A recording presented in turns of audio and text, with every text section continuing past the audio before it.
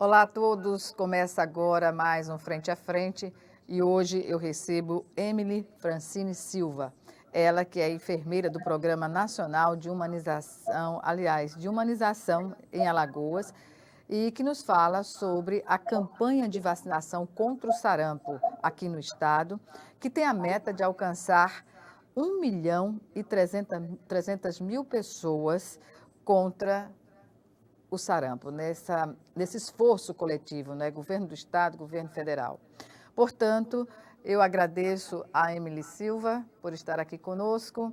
Emily, boa tarde para você. E comecemos justamente o porquê de essa imunização estar definida para pessoas entre 20 e 49 anos. Então, o Ministério da Saúde, ele contemplou em fases, tá? Essa campanha que já vem tendo início desde o ano passado, com a população anterior a essa faixa etária. Então, a gente está dando continuidade a essas fases. E, nesse momento, vai ser contemplado essa população de 20 a 49 anos. Então, é somente a continuação da campanha. Por quê? Em 2018, o Brasil perdeu o selo, né, um certificado que a gente tinha de não circulação do vírus do sarampo. E aí, com a reintrodução, né, devido às baixas coberturas, acabou que, sendo necessário, né, a população ter esse alerta para vacinação, porque a gente sabe que tem muita população aí anti-vacina, o que está dificultando bastante o Programa Nacional de Imunização. Então, o Ministério vem promovendo essas campanhas, né, nacionais, e agora, nesse momento, ele está contemplando essa faixa etária de 20 a 49 anos. E trata-se de uma campanha indiscriminada, ou seja, independente da situação vacinal, essa população ela tem que ser vacinada novamente. Digamos que, é porque a tríplice viral, que é a vacina que é ofertada, onde ela contém 3 vírus, sarampo, cachumba e rubéola, ela já é uma vacina de calendário, que a gente chama, né, uma vacina de rotina. Da primeira Então, desde a infância, né, infância, inclusive? isso, justamente. E aí, com essa reintrodução, o Ministério da Saúde, ele achou viável, né, vacinar crianças de 6 meses, a gente chama uma dose extra, né, dose zero, que de rotina ela seria vacinada apenas com 12 meses e depois uma segunda dose com 15 meses. Mas aí, com essa reintrodução do vírus no país, houve-se, né, e viu a necessidade, né, avaliou-se a necessidade de vacinar essas crianças de 6 meses a menores de 1 ano, né, que no caso menores de 12 meses, e aí faz novamente essa dose de rotina, por conta da reintrodução do vírus. Então, a população, geralmente, que não é vacinada na faixa etária preconizada, a vacina ela continua disponível, tanto para as crianças, né, menores de ano, quanto para os adultos. Mas a gente sente uma certa dificuldade, entendeu? Assim, da participação dessa população. É uma população mais ativa, né? Geralmente trabalha, não tem tanta disponibilidade assim de procurar uma unidade básica e acaba deixando de se vacinar, né? De manter o calendário vacinal atualizado. E aí, por esse motivo, o Ministério da Saúde, né, introduziu essa campanha indiscriminada. Independente da situação vacinal, a pessoa de 20 a 49 anos vai tomar. Porque, como eu estava falando, na rotina ela tem 2 doses até 29 anos. Mas na campanha, independente se você já tomou as 2 doses, você vai tomar novamente. E em relação à contraindicação, há alguma contraindicação na vacinação? Então, o Ministério da Saúde preconiza contraindicado as gestantes tomar essa vacina, por conta da questão do vírus, né? A imunidade da mulher ela fica muito mais diminuída e pode acarretar alguns problemas para o feto. E o que é que a gente indica? Mulheres em idade fértil, ela tem que ser orientada, né, a tomar a vacina antes da gestação ou após, tá? Mas não pode tomar durante a gestação. E é interessante que essa mulher ela tenha ciência de que só pode engravidar após 30 dias de ter tomado essa vacina, para que não haja nenhum comprometimento fetal com a imunidade da gestante, nada relacionado a ela. O que E se também, pode... Pois não. acabei esquecendo, a questão da contraindicação, além das gestantes, é para quem tem alergia, né? A proteína do leite da vaca, ela tem algumas restrições, que tem que tomar a vacina somente fabricado pela Biomanguinhos, Fiocruz, ou pela MSD.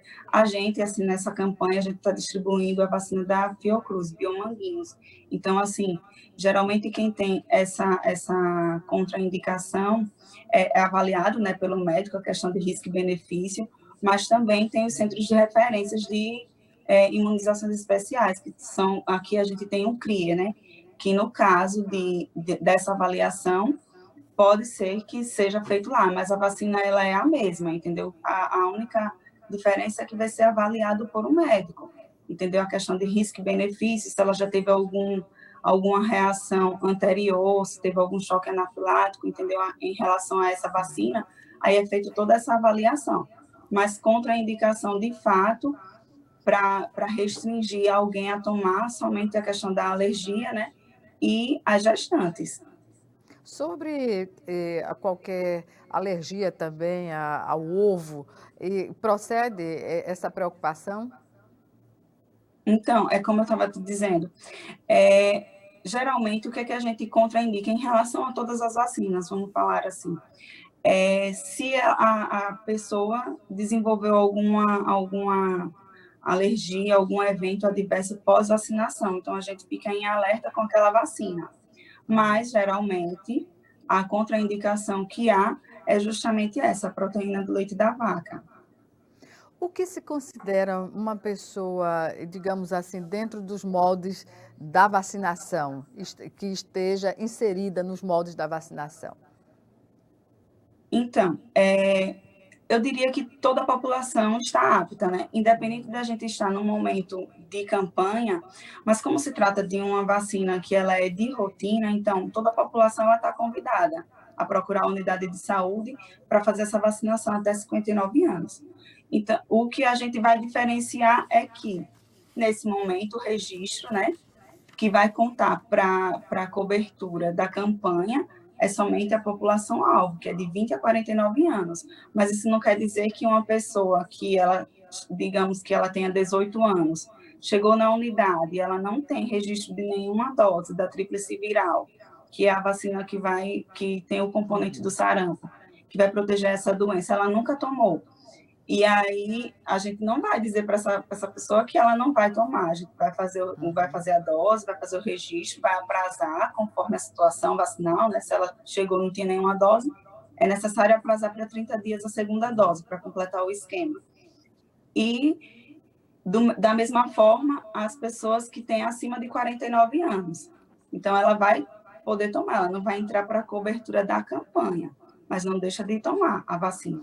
Pois é, o Porque fato ela é uma de a vacina de rotina. vacina ser fracionada, digamos assim, isso é uma condição que leva muitas pessoas a não concluírem esse calendário de vacinação?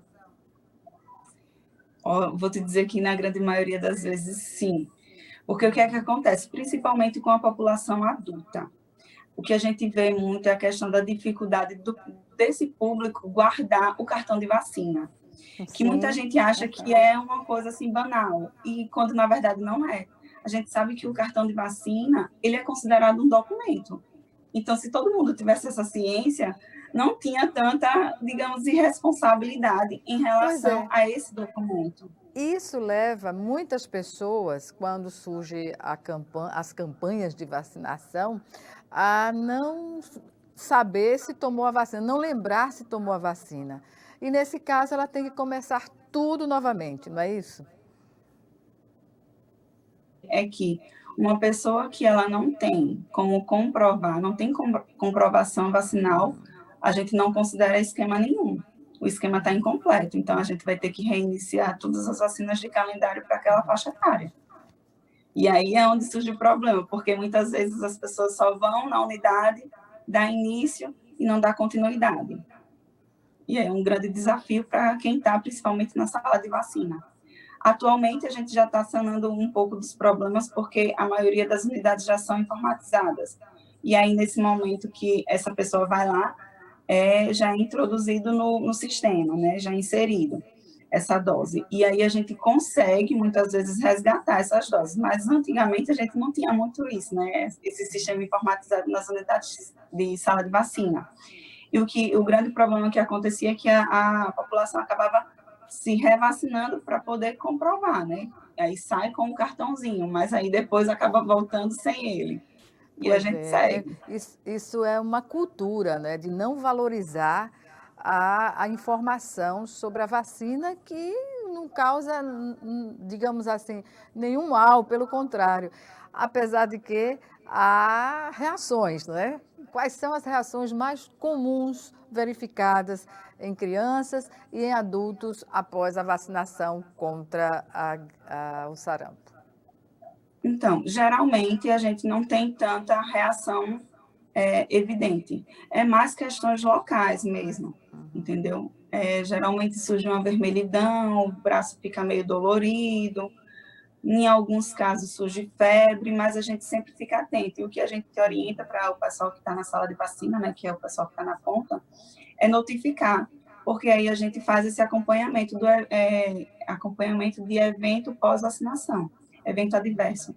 Então, a gente tem esse cuidado, né, para identificar esses eventos adversos. Mas, no mais, não tem muita contraindicação, não. As pessoas, às vezes, têm medo de tomar a vacina, né, por conta da questão da dor local.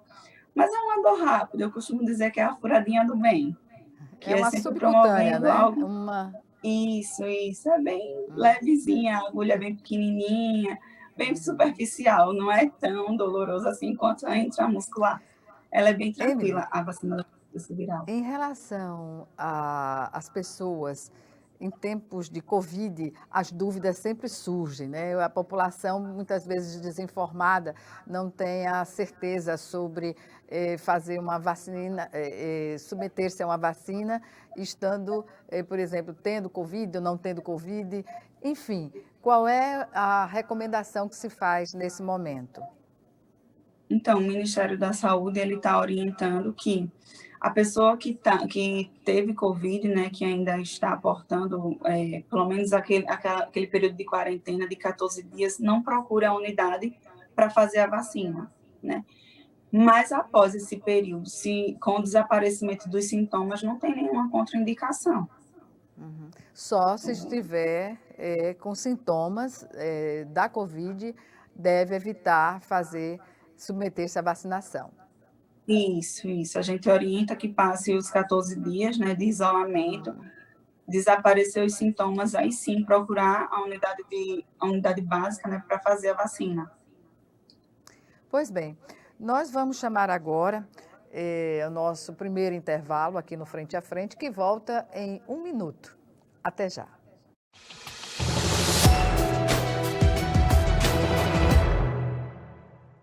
Esse novo coronavírus, que apareceu agora na China no final de 2019, é transmitido provavelmente pelas secreções respiratórias, tem causado manifestações clínicas semelhantes à de uma gripe: febre, dor de garganta, dor no corpo, tosse, falta de ar. O que é que nós devemos fazer para nos proteger? Lavar sempre as mãos com água e sabão em torno de 60 segundos, ou então usar o álcool em gel, que é também muito útil para esses casos. Lembrar de, ao tossir, ao espirrar, usar um papel descartável ou a prega do cotovelo para espirrar ou tossir, evitando assim a dispersão das partículas respiratórias no ambiente. Não levar com frequência as mãos ao rosto, ao nariz, à boca e limpar as superfícies ao seu redor para diminuir a contaminação pelo vírus.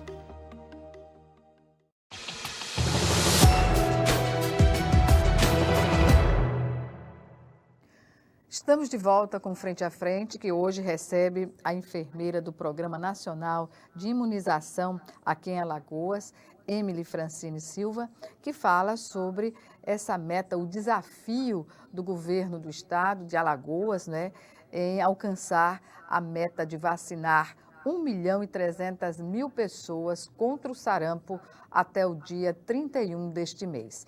Portanto, Emily, eu perguntaria agora a você sobre uma definição do que é a doença, o sarampo, e também sobre as complicações possíveis que se tem quando a pessoa negligencia a vacinação. Então, o sarampo, ele surge geralmente com uma febre muito alta, né?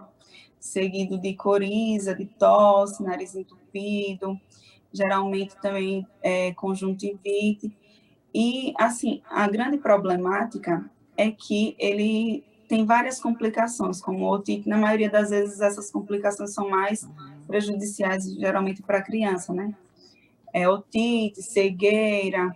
Então, assim, o que a gente pede é que a população ela se conscientize, porque o único método de prevenção do sarampo é justamente fazendo a vacinação.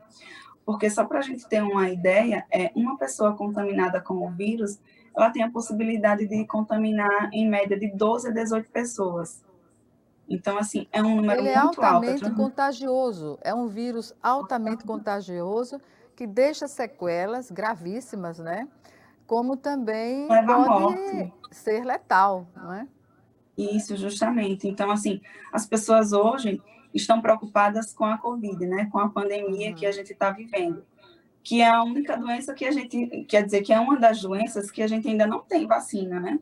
Para prevenir. Mas acabam esquecendo, no caso do sarampo, que ela também é uma doença altamente contagiosa, ela também causa bastante problema. A população, assim, antigamente tivemos um surto que ocasionou diversas mortes, diversas sequelas, né, na população, e as pessoas acabaram, assim, como já está com muito tempo, eu costumo dizer que acabaram esquecendo da problemática que a gente teve anteriormente. E a gente tem que se conscientizar, de fato, que a doença está aí, o sarampo ele veio, não está de brincadeira. Só para a gente ter uma ideia, São Paulo ele estava em surto, né, do sarampo. Em 2018 a gente teve essa reintrodução do vírus. Aqui em 2019, em Alagoas, nós tivemos 35 casos de sarampo. E só esse ano já tivemos mais 4. Então, assim, o vírus está circulando no estado e é necessário que a gente tenha essa conscientização que o único método de prevenção é, de fato, a vacinação. Então, a gente tem que se precaver. Já que tem disponível, que é gratuita, por que não tomar? Por que não se direcionar a uma unidade básica, né? Pois é. Não dissemos, né, mas as sequelas deixadas pelo sarampo incluem também diminuição da capacidade mental, como também retardo do crescimento em crianças, né? Então, é uma doença, como já foi dito, de alto grau de contágio, que deixa sequelas irreversíveis, como também é a possibilidade de levar a pessoa, a criança, à morte. Então, a importância da vacinação está aí colocada. Agora, é uma doença que também não tem tratamento, não é? Ou melhor, tem uma forma de você reduzir a potencialidade dos sintomas que aparecem durante a pessoa infectada pelo vírus. Isso. Geralmente, o sarampo ele é tratado de acordo com a sintomatologia, né? Se ele está causando uma pneumonia, a gente trata com pneumonia. Se ele está, como é que eu posso dizer? Se ele está causando alguma coisa relacionada ao metabolismo, é tratado também ao metabolismo. Então, é de acordo com o sintoma que o paciente está apresentando, né? Então, assim, muitas vezes acaba que vai se agravando e a gente sabe que esses problemas, na maioria das vezes, é no trato respiratório, que geralmente causa muita dificuldade, né, em relação à questão de tratamento. Então, o único método é esse, é vacinar. E mesmo assim, a gente ainda acaba encontrando bastante resistência da população. Pois é uma resistência constante e inexplicável, a não ser pela ignorância sobre a letalidade e a gravidade do vírus, não é? Então, portanto, qualquer informação sobre essa questão é de valiosa importância, não é isso? Isso, com certeza. O que a gente costuma dizer é que, geralmente, o Programa Nacional de Imunização, ele tem um trabalho, assim, constante, e ele é bem diverso, né? Ele é bem dinâmico também, porque, geralmente, as doenças, elas acabam tendo mutação, como, por exemplo, a questão da influenza, ela todo ano tem campanha, porque o vírus ele tem essa mutação. Então, por que não, né? A questão do sarampo. Por que não a gente se atentar mais, já que é uma doença também tão letal quanto a Covid, que a gente viu que foi avassaladora, né? Que ainda estamos passando por isso. Mas as pessoas acabam, assim, é como você disse, a questão é, não ter esse comprometimento com a própria saúde e dos seus, né? Agora, nesse momento, a população-alvo é de 20 a 49 anos, mas a gente sabe que as coberturas de criança, de adolescente, também está baixa em relação à tríplice viral. Então, de fato uma questão de responsabilidade sua. Você tem que ter essa consciência de que o único método é a vacinação, e por que não procurar, já que é disponível? Porque muitas vezes a gente já se deparou aí, logo no início do boom da influenza, pessoas faziam filas em clínicas particulares, e hoje a gente tem a vacina disponível, né? Preconizada pelo Ministério da Saúde, está disponibilizada assim para toda a população até 59 anos, e mesmo assim a gente acaba encontrando bastante resistência desse público. Uhum. Pois é. Quando há surto, Emily, é preciso se vacinar novamente? Ou a pessoa que já fez a vacinação no tempo certo, na fase certa, ela não precisa mais se vacinar? Então, nesse caso, a vacinação, a campanha ela é indiscriminada, que é independente da situação vacinal, você vai tomar a vacina novamente. Mas, digamos que tivesse um caso de sarampo no prédio onde a gente mora. Então, é feito um bloqueio vacinal. E aí, é feita uma análise no cartão de vacina dessas pessoas que são contatos diretos. Se, por acaso, essa pessoa está com o esquema incompleto, de acordo com a faixa etária dela, vai se vacinar. Caso contrário, a gente já considera imune. Ou seja, Se tiver quem se vacinou em qualquer fase da vida, cumprindo o esquema de vacinação, ela está imunizada. Ela não corre o risco, mesmo diante de um surto, de vir a ter a doença. Olha só, vacinação, a gente não difícil, tem né? esse Tem na prática, 100% na tese e na prática, né? Isso. A vacinação ela não dá 100% de credibilidade de que você vai estar totalmente imune. Mas o que é que a gente costuma dizer? É que a população que foi vacinada, ela pode até vir a desenvolver a doença, mas de uma forma mais branda, sem tanta letalidade, sem tanta gravidade assim, entendeu? Porque a gente não tem como garantir isso 100%. Às vezes depende muito do organismo da pessoa. Tem gente que desenvolve a imunidade perfeitamente, tem outros que não, que precisam se revacinar, mas, contudo, assim, o Ministério da Saúde garante que a pessoa imunizada, quer dizer, a pessoa vacinada, ela está imune à doença. Emily, você já falou que a vacina não é tão dolorida, não é? Porque é feita por injeção subcutânea para amenizar o medo que as pessoas têm quando falam em vacina, né? Mas quanto tempo demora a vacina para fazer efeito, em média? Então, depois que o indivíduo ele toma a vacina, geralmente tem um período, como a questão da febre amarela, o que a gente orienta? Aquela pessoa que vai viajar para algum lugar endêmico, que apesar que agora todos os lugares estão com indicação, né? Isso já é uma outra parte, a gente pede que seja vacinado pelo menos 10 dias antes, né? Para que o organismo consiga converter, o sistema imunológico consiga desenvolver, né? A imunidade. Pois é, o que chama a atenção é que após 20 anos, né, de não termos casos de sarampo no país, essa doença volta dessa forma, como a gente está vendo em alguns estados, como São Paulo, e que coloca em risco todo o trabalho realizado durante tantos anos, né? As autoridades da saúde em nível nacional admitem que não houve, assim, digamos, uma divulgação nas periferias das cidades, para que as pessoas que não tenham acesso, né, possam obter essa informação em casa sobre a importância da vacinação?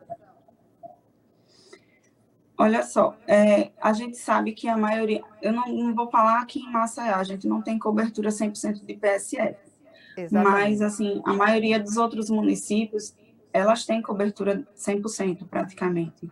Então, assim, todas essas unidades, elas estão abastecidas com a vacina, né?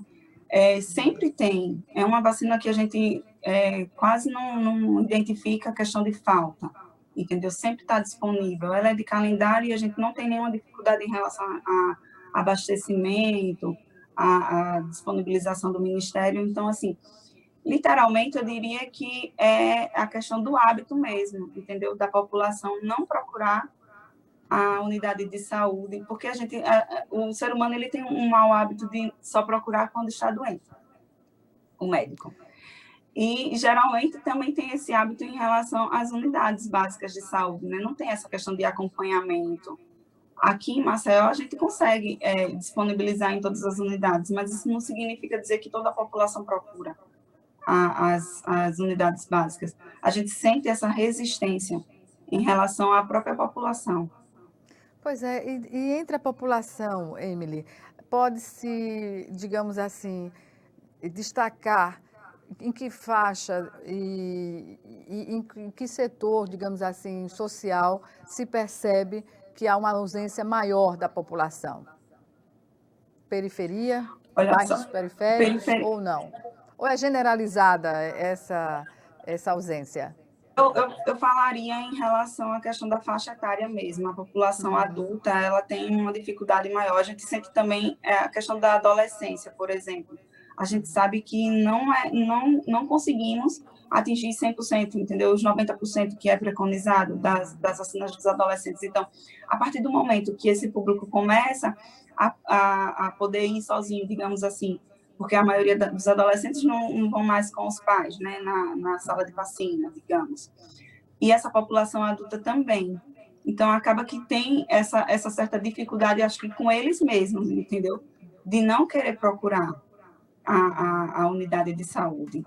É uma questão, acho que acaba que esse público mais adulto tem essa resistência em vacinar, porque a gente sabe que criança, ela não gosta de vacina, mas a mãe acaba levando. E o adolescente, quando a gente vai vacinar, tem muitos que fazem aqueles escândalos, que dizem que não querem, tem aquela resistência maior, que você começa a perceber que é de fato por conta da vacina, por conta da questão da dor, do medo, entendeu? Então, a gente percebe que é em relação ao público adolescente e adulto, que não tem esse hábito. Pois é. A criança que ainda depende dos cuidados iniciais são levadas porque não tem como contra-argumentar, mas na adolescência fica muito, realmente, deve ser muito difícil convencê-los à vacinação. O que facilitou também em relação à questão da imunização da infância é que tem alguns programas, né, do governo que eles só conseguem receber o benefício se estiverem tudo ok, em relação também à imunização. E aí a gente consegue identificar que, geralmente, as mães acabam procurando as unidades porque dependem daquele auxílio. Então, de uma certa forma, para a gente é bom, porque acaba que conseguimos imunizar uma grande maioria da população nessa infantil. Faixa etária, exatamente. Bem, vamos chamar agora o nosso segundo e último intervalo. Em 1 minuto, o Frente a Frente está de volta.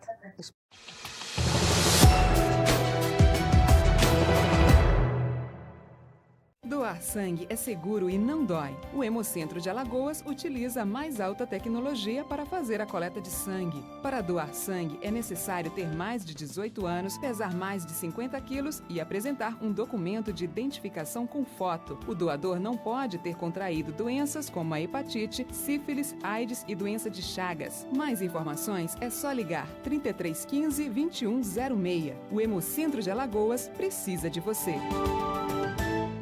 Calma, Chico, vai devagar. Você anda nervoso. Nervoso por quê, amigo? Baixaria. O que você fez ontem? O que tá acontecendo? Batendo na mulher de novo. Mas eu te tomei todas, perdi a cabeça, Não tem fiquei esse nervoso. negócio, não tem esse negócio tomei todas. Aqui todo mundo toma e ninguém bate em mulher, só você. Bebida não é desculpa. Onde tem violência, perde a mulher que apanha, os filhos e você. Homem que é homem, não bate.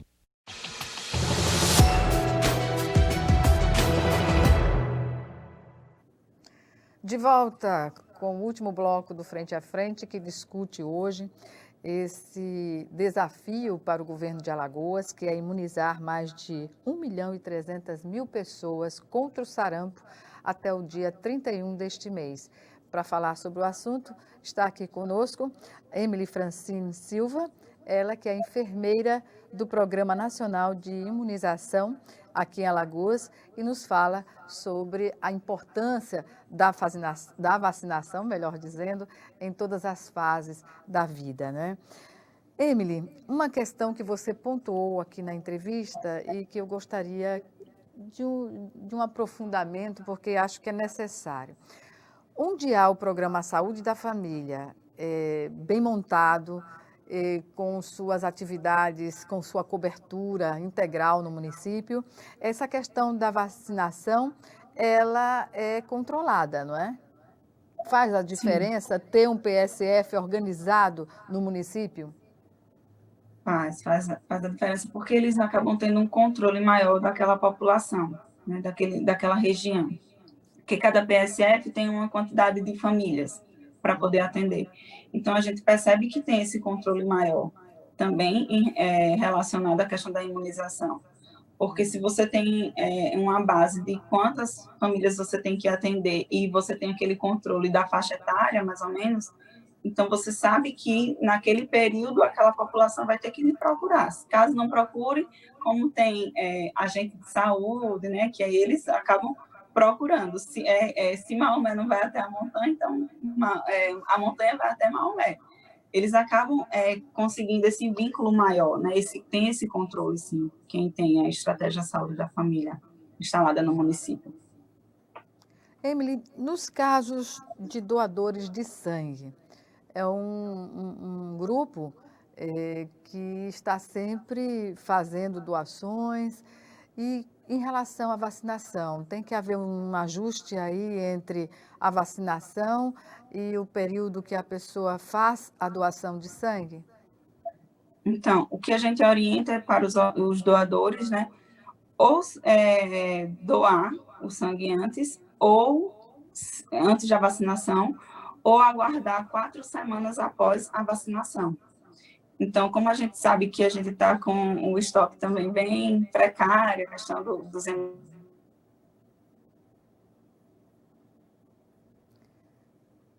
Bem, tivemos um probleminha. Após a doação de sangue, rápido. Isso. Mas agora já estamos de volta, conectados. Pode continuar, Emily. Então, aí é orientado que esses doadores, né, façam a doação antes da vacinação ou após 4 semanas da vacina.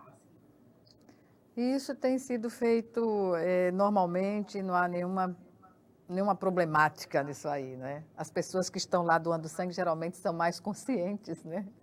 Isso, a gente percebe que esse público, ele geralmente já tem esse hábito e já tem um pouco da conscientização, até porque nos próprios hemocentros acabam sendo orientados, né, em relação à questão da imunização. Essas pessoas são bem mais ativas e bem mais fidedignas, né, em relação à questão da saúde, porque elas sabem que precisa estar tudo em dia para poder continuar fazendo, né, a doação. O contágio como ele se dá no dia a dia, com os relatos científicos, claro. Certo. O sarampo, como eu falei, ele é uma doença altamente infecto-contagiosa, e assim, é ao falar, ao tossir, ao espirrar, então é do trato respiratório que sai esse vírus, né?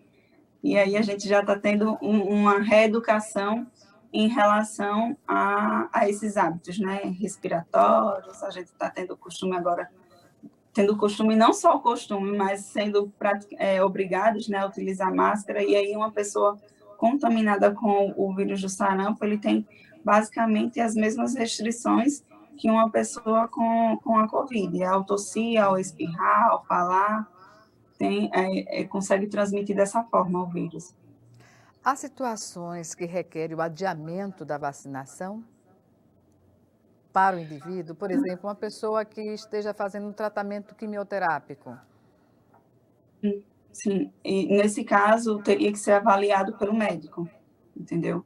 Então, mas tem algumas restrições, porque em relação à vacinação por completo, né, a gente precisa que essas pessoas, elas tenham uma avaliação médica, né, e aí vai se avaliar risco e benefício, se é tão importante ela tomar essa vacina agora ou deixar adiar por mais um tempo, mas aí geralmente o médico quem faz essa avaliação. O mesmo deve valer para pacientes transplantados, né, que tenham submetido a algum tipo de cirurgia. Isso fica a critério do médico avaliar.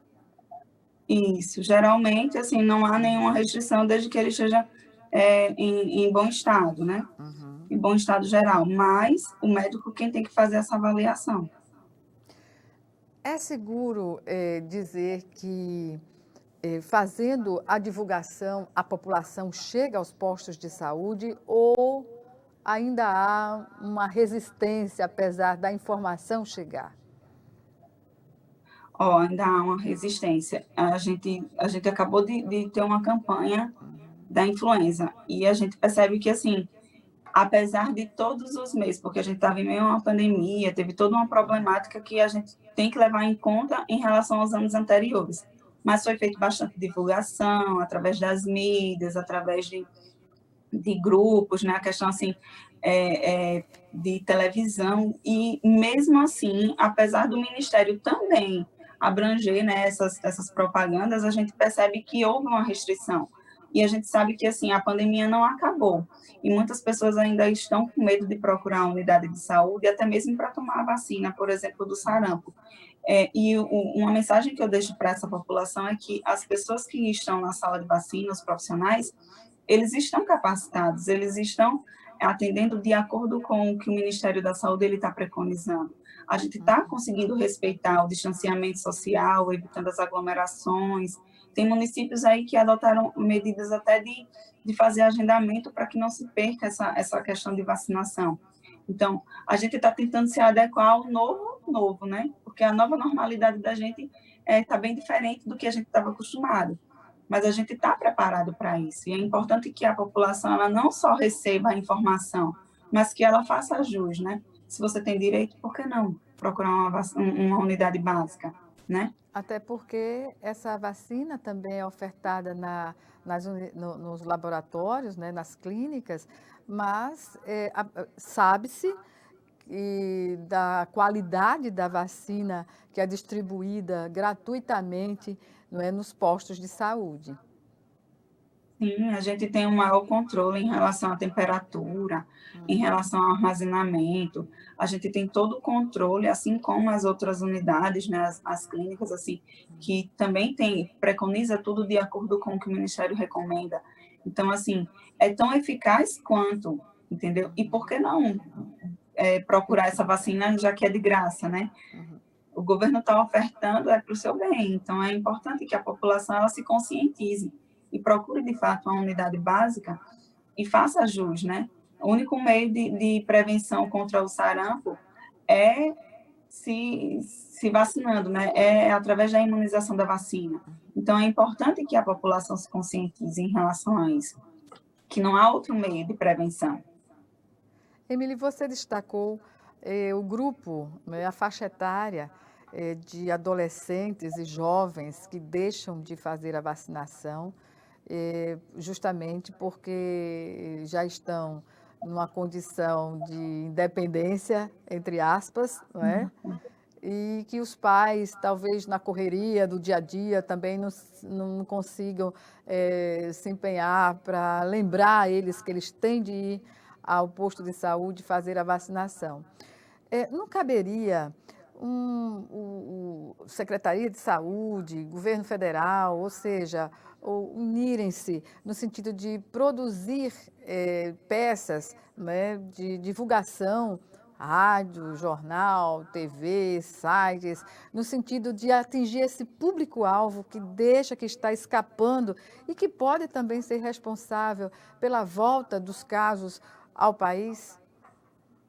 Então, agora, né, como eu já falei em outros momentos, a gente está numa problemática, né? A gente está com a pandemia. Mas a gente tem o Programa Saúde na Escola, né? Que geralmente é uma parceria, né, entre a Secretaria de Educação e a Secretaria de Saúde do município para ter esse controle em relação à atualização do calendário de vacina dos adolescentes que já estão na fase de escola, né? Crianças e adolescentes que estão na escola. Então, geralmente a gente pede autorização para os pais, geralmente é encaminhado uma autorização, os pais assinam confirmando ou não, né, a autorização, e a gente, nesse informativo, geralmente é dito quais são as vacinas que vão ser ofertadas, qual o serviço que vai ser ofertado naquele momento. Só que agora a gente está com essa problemática da pandemia, onde as escolas não estão funcionando. E aí a gente não está tendo como fazer essa busca ativa, né, nas escolas. Mas geralmente já tem esse programa, entendeu? Que faz essa parceria da Secretaria de Educação e a Secretaria de Saúde do município. Então, assim, atualmente a problemática é devido à pandemia, mas a questão de divulgação em relação a esse público, né, adolescente, jovem, já tem, entendeu? Eu não sei até que ponto, do ponto de vista legal, seria viável, não é? Mas, quem sabe, no momento da matrícula, anualmente, o aluno, nessa faixa etária e acima dela, poder apresentar a sua carteirinha de vacinação para viabilizar a matrícula nas escolas, né? Poderia ser um indicador para facilitar na questão estatística, na formulação de políticas, como também as mães apresentarem a carteirinha quando vai colocar a criança na escola, nas primeiras séries do ensino infantil, né? Isso. A gente percebe que em algumas escolas já tem esse hábito, entendeu? De solicitar o cartão de vacina no ato da matrícula. Para generalizar, universalizar essa proposta, né? Isso. A gente até estava conversando sobre isso. Por que não, né? Por que não introduzir esse hábito, surgir essa indagação para que as escolas, de fato, tivessem esse controle, né, em relação ao aluno? Porque muitas vezes o que a gente percebe é que é solicitado no ato da matrícula, mas aí não tem aquele controle de estar avaliando, né, mensalmente, sei lá, semestralmente, digamos. A cada 6 meses a gente tem que solicitar novamente para ver se realmente está atualizado, né? Porque o hábito da sala de vacina é que a gente faz a vacina e se essa vacina precisar de uma segunda dose ou de completar qualquer esquema, a gente faz o aprazamento no cartão de vacina. Então, deixa a lápis, né? O que esse indivíduo ainda precisa tomar. E por que não ter esse controle também, né? A gente, às vezes, se pergunta em relação a isso. Porque deveria ter esse controle, não somente no ato da matrícula, mas pelo menos trimestralmente, semestralmente, será que não seria mais eficaz? A gente fica também com relação se perguntando em relação a isso. Mas a grande problemática é que nesse momento a gente está em um momento assim bem diversificado do que a gente estava acostumado, né? Se antes que a gente tinha esse controle, os alunos eles estavam dia a dia, né? Tinha esse controle maior. Imagina agora que a maioria das aulas estão remotas, está tendo toda uma diferença em relação aos hábitos anteriores. Verdade. Emily, eu lamento informar que chegamos ao final da nossa entrevista. Foi um prazer conversar com você, com uma pessoa que está inteirada, né, dessa questão tão importante na vida das pessoas, que é o calendário da vacinação. Fique à vontade para algumas considerações finais, para a gente encerrar a nossa conversa. Eu agradeço a oportunidade, né? E faço um alerta para a população, não somente a faixa etária, né, da campanha de 20 a 49 anos, mas eu sei que não tem cartãozinho de vacina, procure uma unidade básica de saúde para que a gente faça essa atualização e você fique imune, né, a essas doenças que são tão importantes e que causam tanta gravidade, né, em relação à nossa saúde. A gente tem vacina disponível, os profissionais de saúde, eles estão preparados, independente da pandemia, né? A gente sabe que é uma grande problemática agora, mas a gente está preparado para te receber, e é importante que você procure uma unidade mais básica, uma unidade mais próxima da sua casa. Desculpa. Básica e mais próxima. Isso. Obrigada, mais uma vez. Obrigada também.